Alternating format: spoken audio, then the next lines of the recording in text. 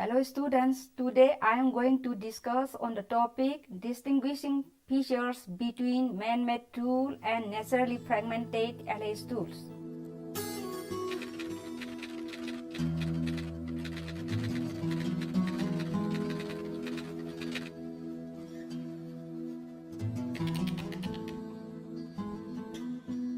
There are certain degrees of differences between the man-made tools, what we frequently call artifacts, and the naturally fragmented LS tools. On the other hand, there are also some naturally fragmented rocks which possess certain similar characters like those of the man-made tools, with some specific purposes. Such similar characters sometimes make confusion which mislead the archaeologists while identifying and classifying the specimens.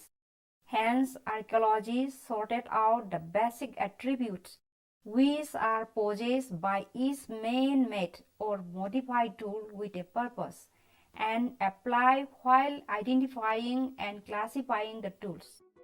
The present topic aims at discussing the points of difference between man-made and naturally made or fragmented LS tools.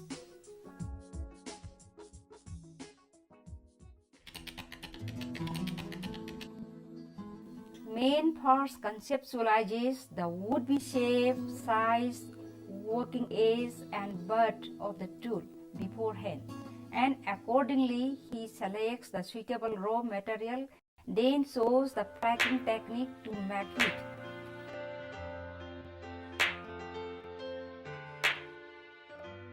Therefore, man-made tools have generally a regular pattern. Regularly patterned tools are therefore considered as the signs of culture. Stone is the most imperishable of all the materials which were used by our prehistoric men for the manufacturing of his tools. He made stone tools by percussion, fracking technique, that is, striking a stone with another stone. There is evidence of gradual technological evolution in man-made tools. The resultant character of the blow may be understood first, that a sharp blow directed vertically at a point on the surface of the block of rock, say flint, knocks out a solid cone called conchoidal fracture. However, when the blow is directed obliquely near the edge of a slab, a flake is detached with half of the cone of the percussion.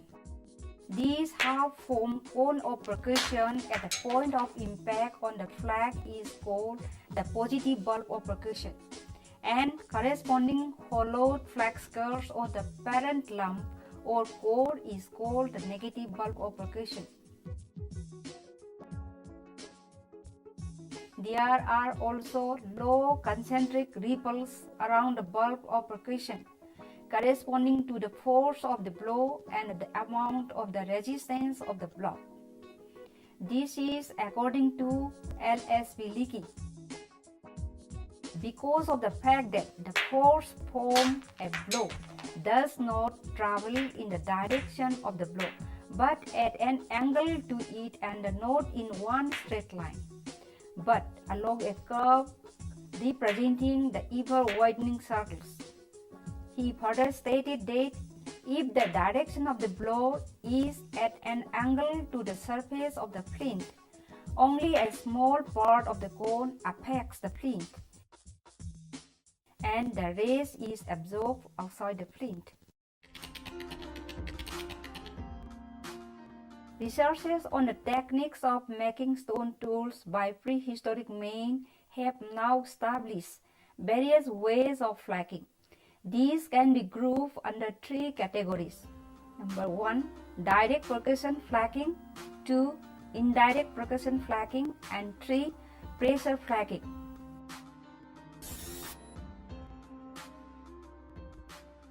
In the direct percussion flacking, the hammer strikes directly on the surface of the block of stone for detaching a desired flake.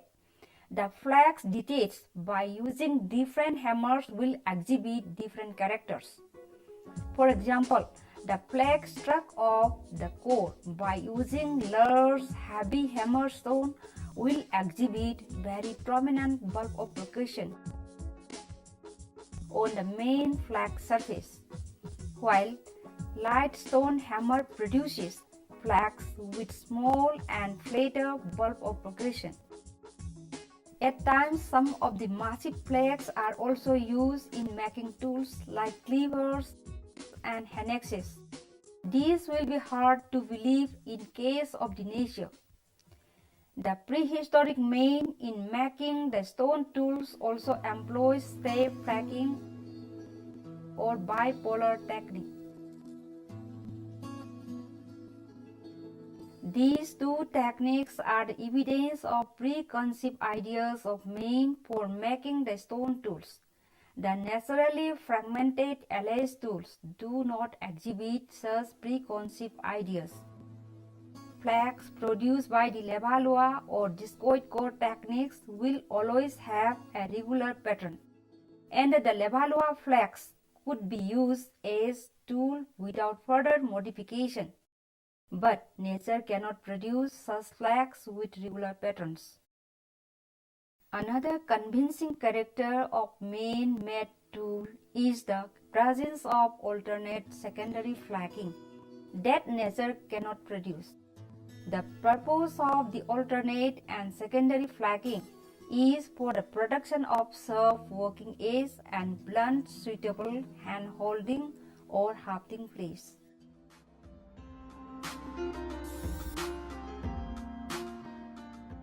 It is one of the methods of obtaining a blade by the prehistoric man. In this case, the prepared cylindrical core is not struck directly by the hammer, but through a punch. The pointed end of the punch is fixed on the striking platform of the core, and then hammered on the other end of the punch. This resulted to the removal of a thin blade that exhibits numerous closely placed prominent ripples on the main flag surface.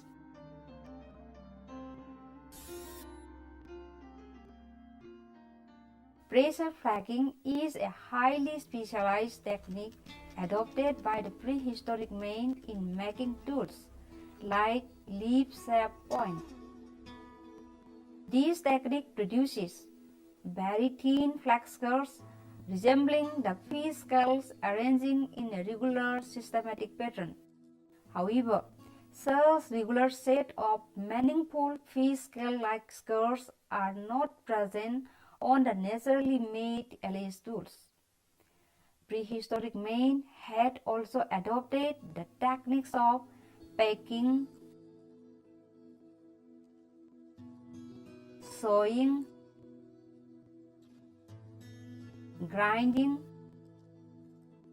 and polishing in making Neolithic stone tools, and these techniques were applied purposefully. There is no evidence of such purposeful techniques in the naturally produced tools.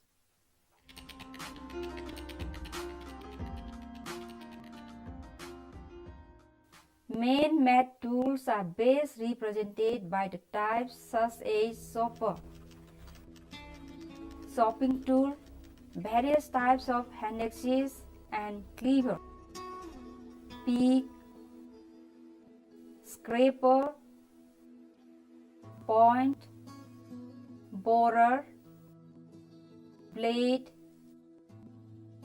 burins, microblades, denticulate,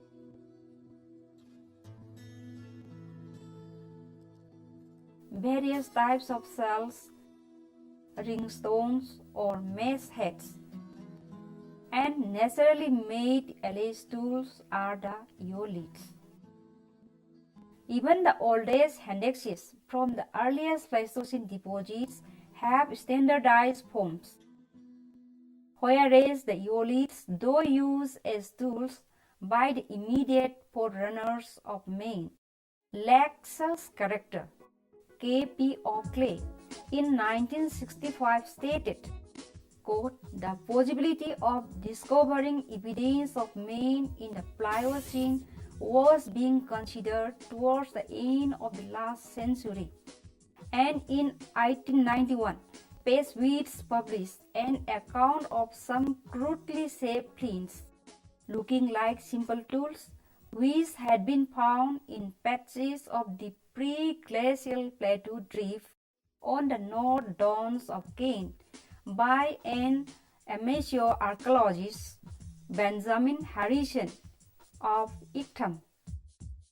They became known as eolites, since it was suggested that they were the earliest recognizable implement and represented the dawn of tool making. However, detailed studies have shown that all the Kent and Sussex eolites can be made exactly by stones shipped by natural agencies. Thus, any among them which have been shipped by man would not be distinguishable from the probably far greater number which have been shaped through the accidents of nature." Unquote.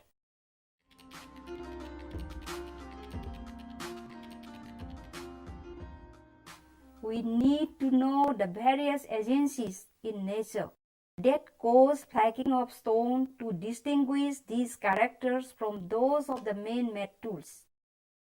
Fracking could also be done by natural agencies. Thermal scenes, termed as thermal fracture, is one of the chief accidental agencies by which stones are fracked. K.P. Oakley stated that rapid changes of temperature cause unequal expansion or contraction of the surface of the stone or rock relative to its interior. In deserts, for example, the exposed surfaces of some types of rocks are continually flaking as a result of the difference between the day and night temperature. In the cold region, flakes are commonly split off by frost, the outer layer of the stone expanding through the freezing of absorbed water. A flake or flake scar due to frost or other thermal fracture is easily recognized, for the surface of fracture has either a roughish blank appearance or shows ripple concentric about a central point. Unquote. Flakes with round in outline are produced by the frost action, and the residual frost-pitted lump of appropriate shape is easily mistaken as implement. Thermal changes are sometimes cause flint to break into prisms resembling blade cores, and stones splintered by fire or faceted by sandstorms, or occasionally mistaken as blades. However, in closer examination, it could be noticed that such splinter blades break through the joint flange or the strange setup by slow internal shrinkage. When heavy stones carried by the waves of sea or heavy torrential water or the glacier strike against the fixed stone in the beach or gravel bed will detach flake with flatter and more diffuse bulb of percussion. After some time, the flake stone is eroded and redeposited at another location, and again struck by another heavy stone in the same process as above, resulting to detaching of another flake either unidirectionally or bidirectionally to the previous flake scar. Such repeated course of action may produce the stone resembling the shape of an implement. Since the flakings are not done simultaneously, the flake scars exhibit different rate of weathering or patination and also do not show purposeful. Another evidence of man-made tool is the presence of purposeful secondary flakings. But thin pieces of stone can be sieved through friction against another stone, as occurs in soil creep, that is solidification, in torrent action or in glacier. Such naturally sieved flags lack logical design and flag scars occur in uneconomical profusion. The edges have brush appearance and the flag surfaces are usually scratched.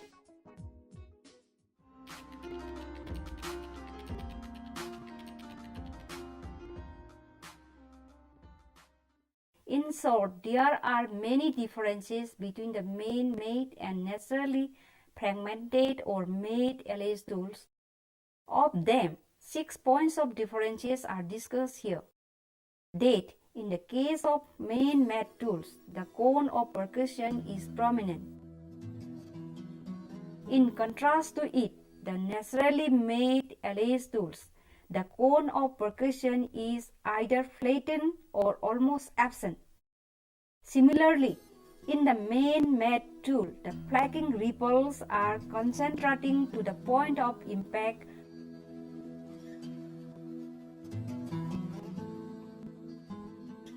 whereas in the naturally flagged or made LS tools, the flacking ripples are concentrating about a central point.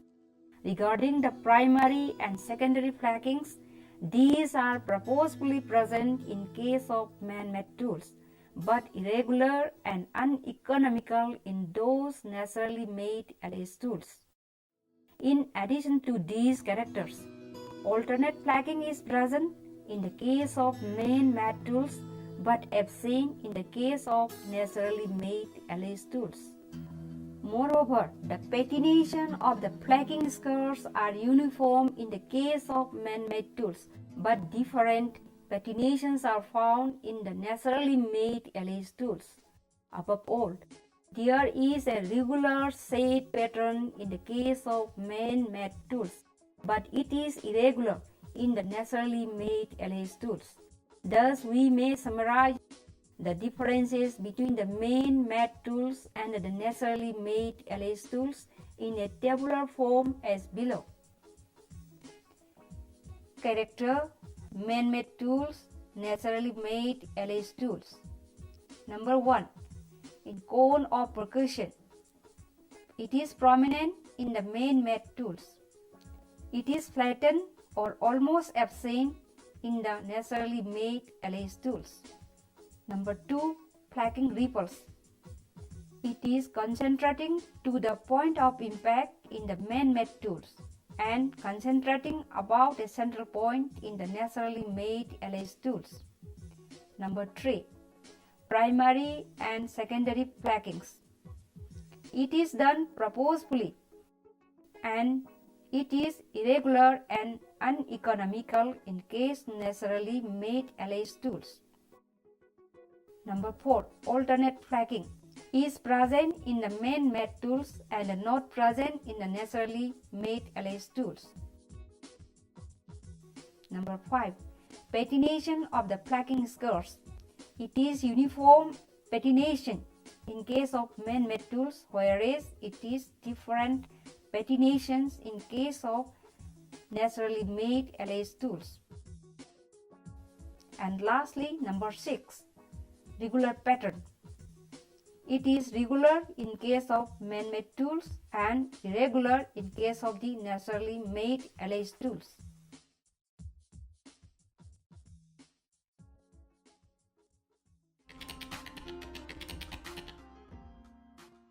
There are marked differences between the man-made tool and the naturally fragmented tools.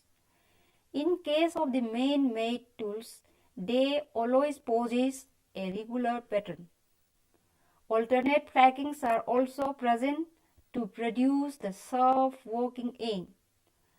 Pressure flacking is highly specialized technique which produces very thin flack scars resembling the fish scales arranging in a regular systematic pattern.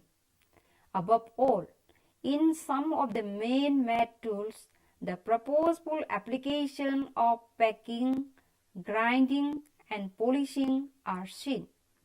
All these evidences are not present in the case of naturally fragmented alleged tools.